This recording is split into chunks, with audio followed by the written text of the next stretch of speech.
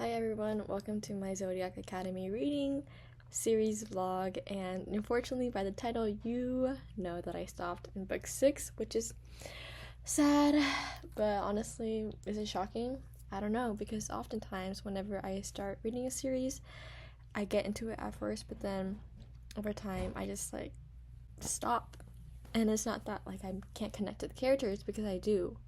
The only series that I fully finished was the Keeping 13 series. And it's also partly my fault because I'm a mood reader.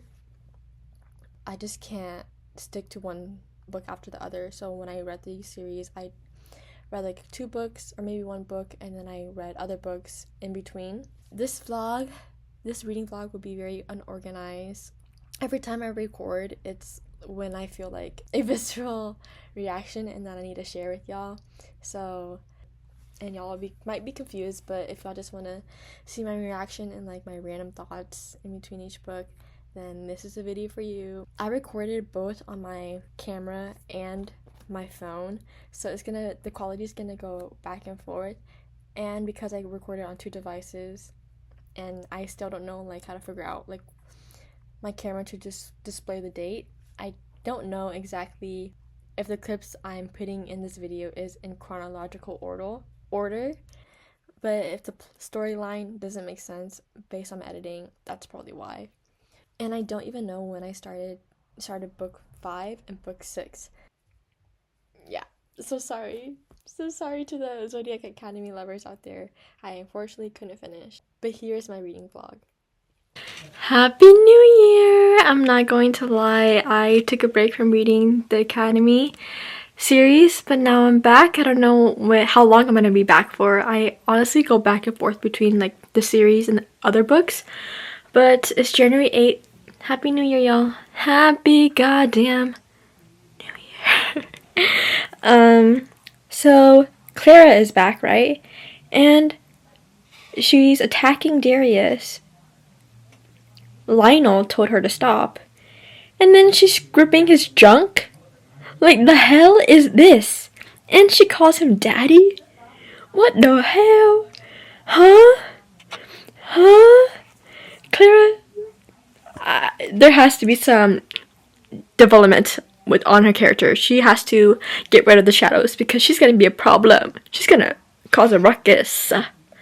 Poor Orion. He did all this for what? He did all this to save her for what? This is so cute. So cute that it makes me want to cry. The scene of Orion taking Tori back to the firehouse and her making a bracelet for Orion. And then he said, "I'll treasure it always. Good night, Tori." That little moment they had right there was so goddamn cute. Their friendship is blooming. I love Orion. I cannot. He is the type of man that I want. I don't know, something about him. I always say that. I always say something about blank. But it literally is. Sometimes you just can't explain something, but you can feel it. And that's how I feel whenever I say that statement.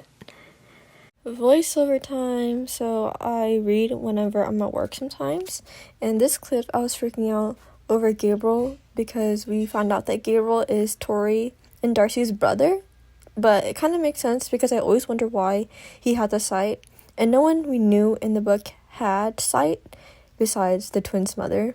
So that was literally crazy. In this clip, I was freaking out because I got to read Geraldine's point of view, and getting insight on her relationship with Max got me all happy. LOL. Oh my gosh, even after everything, Darius is still protecting Tori. And the conversation Tori had with Gabriel and Gabriel exposing her of she has fault in it too. I low-key thought about that, but I just didn't want to voice it out. But it is true. The decision that she made that led up to the Elysian mate, I don't know if I'm saying it right, scene. It doesn't all fall to Darius, it also fell to Tori as well, because she has some fault. And it's so interesting because as readers we get to read both of their point of views, and the fact that they only know their own point of view, like, it makes me empathetic towards their decisions. So I understand where Tori's coming from, and I know for sure that she'll come around and understand that, like, she has a fault in it too. I'm loving this development of their relationship. Bruh, that is crazy. What the hell, Lionel, whatever, a crooks, whatever. Lionel, is that how you say his name? I don't know. But him binding Tori to him? I thought she would be able to banish that. Like, her Phoenix power would help her remove that.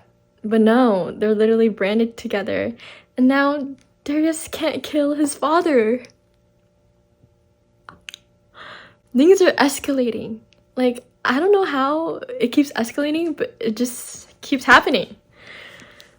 I hope they can hurry up and figure out this situation, because Tori being branded to her lover's dad, no, that's ew. Ew. I am perpetually, if that's the right term, disturbed. Tori, Lionel, and Clara are back at the Crook's Manor, and Lionel said, "Do you want to please me?" And then Tori said, "Yes." I'm disturbed. Bro, what is up with these names? The heirs officially ruling everybody's society? You mean you're the whores? And the almighty sovereign society? The ass. Like, when you say the acronym, almighty sovereign society, that sounds better than the heirs officially ruling everybody's society. This is funny. The acronyms are so funny. Oh my god. They literally planned a whole ass song for Tori and Darcy, and then just a random guy produced a flute from his bag and started piping out the tune. This school is so funny and iconic. Oh my god, the tension between Caleb and Seth. Now I'm getting like, who's gonna get together? Like, who's gonna be with you? Like, obviously Darcy and Orion, Darius and Tori, Max and Geraldine, but what about Caleb and Seth? I feel like I forgot who was who, but I feel like Clara is gonna be back to her normal self, and she's gonna get with either Caleb or Seth. But now I'm like, what if Caleb and Seth get together? Oh my god, who's gonna get with who? I wanna know. Caleb and Seth, you're the only ones left. What the hell? This is so unexpected. We received a lovely scene, a happy scene between Darcy and Orion, and then all of a sudden the next chapter is the FIB coming in and taking Orion away, and now their relationship is exposed. What the hell? I was totally not expecting this. This is a shocker. I feel like if the FIB find out later, then it would have been harder for them to recover themselves. So I think they will be able to find a way out of this and still be together. What on goddamn earth is Lance thinking? He lied. He lied to protect Darcy, and now he's going to Darkenmore prison or whatever for 15 years. What? How is this gonna be fixed? What's gonna happen next? Poor Darcy. Poor Darius. What the fuck? I was not expecting that. Why is there so much drama happening? So I'm at the part where Darcy, Seth, Max, and Caleb are fighting against Clara, and Max and Caleb are trying to heal Seth because of the throat. Clara slit through Seth's throat, and just seeing them work together and the possibility of Seth dying and Darcy like trying her best to help, but she can't. And just see like that dynamic of how much they care for each other. It makes me emo. And then it's added on top of Diego dying and he's a nymph. Like, what? I guess I don't realize like how connected I am to these characters until like something emotional happens like this, and then I start getting emotional. I'm like, oh my god, I'm really connected to these characters. Like, whoa. But yeah, that's where I'm at. Oof, oof. It's getting intense. It's getting intense.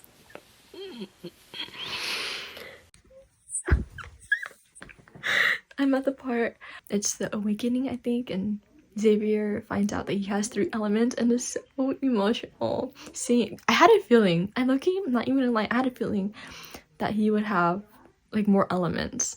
Oh, it's so like sad because like even the relationship Darius and Xavier has with their father makes them like hate him and resent him, but then again, Lionel is still their father, so there's always that like sense of like need for them to feel like acceptance. That's how complicated family dynamics can be, y'all. And it's interesting to read the future generation. Like, the previous generation is Tori, Darcy, and the heirs, and now like there's a new generation, and getting to know them and introducing that is interesting to see. And do they have a book or series? I feel like the authors would make something of them later on. Darcy is really going through a lot right now. She lost her sister, her lover, her friend, Diego. But throughout all this, she's getting closer with the heirs, so there's some good coming out of it. But it's still so sad that Darcy's suffering this alone, in a way.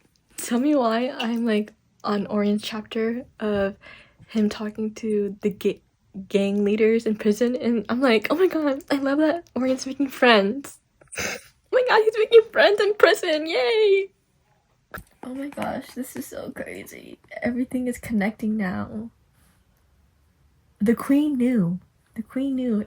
Seth and Caleb's relationship, I wasn't really expecting it. Like, I did predict it, but it wasn't my like full prediction. Like, it's official that they're obviously going to get together. I'm like, oh my god, that's so cute. And then I sense like the jealousy. Like, I was laughing out loud when the part where Max told the guys that Geraldine has an arranged marriage, and then Caleb suggested that he will get up with his hot sister, Justin's hot sister, and then Seth got jealous. He was like, let's not get hasty, and slapped him aggressively. That's hilarious. It made me laugh out loud. Things are getting complicated. I already feel like a better connection towards Max, because Max is helping Tori relive the memory so she can understand why Lionel is the bad guy and not Darius. And it's just like the different relationships and dynamic between like everyone is so like intriguing to me. I guess that's the thing about me where like I find relationship dynamics really interesting because we're all so different and unique, and whenever certain people come together, it creates a different, like a certain vibe and energy because we're all so different. I don't know how else to further expand, but it's crazy. I guess like this book and the previous book is really truly making me feel connected to the heirs, because that's crazy to think, because the first book we all hated the heirs, you know. Now we all have one common enemy: stupid Lionel O'Crooks. Frick him, frick him, frick him. Max's point of view is doing something to me. Like, I'm like falling for his character and sympathizing with him, and then the end of the chapter, seeing a glimpse of him and Geraldine's relationship is making me like emo. Like, I love them together. Like, they make sense. Max and Geraldine just make sense to me now after reading that chapter. Like,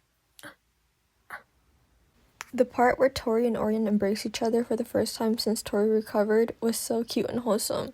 I am living for the no bullying arc and loving the relationship between everyone.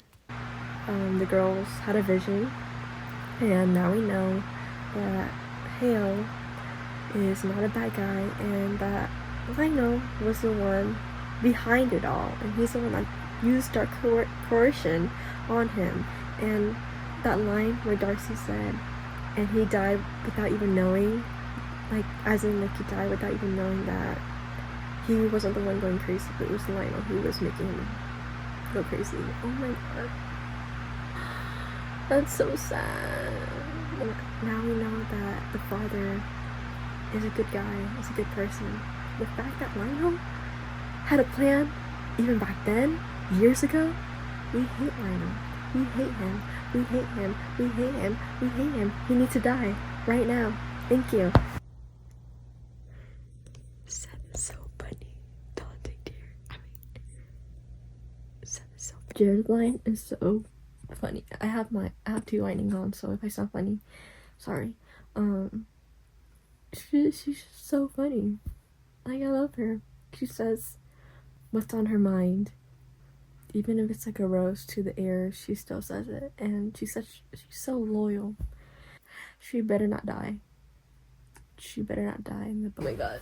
The secondhand embarrassment from Xavier's point of view, bedazzling his private parts. That's so crazy. Like, it's so interesting to see the different customs for each different order. I literally, when I got to the part where, like, it started falling, I'm like, okay, bye. I, like, went away because I got embarrassed. So I think that's all I'm gonna read for tonight.